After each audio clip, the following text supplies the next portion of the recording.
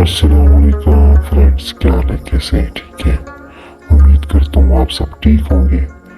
Welcome to our new vlog. तो आज हम जा रहे हैं हमारे प्यारे गांव हंगू। तो हंगू से फिर आगे जाएंगे जो मेन गांव है ना, काटगर।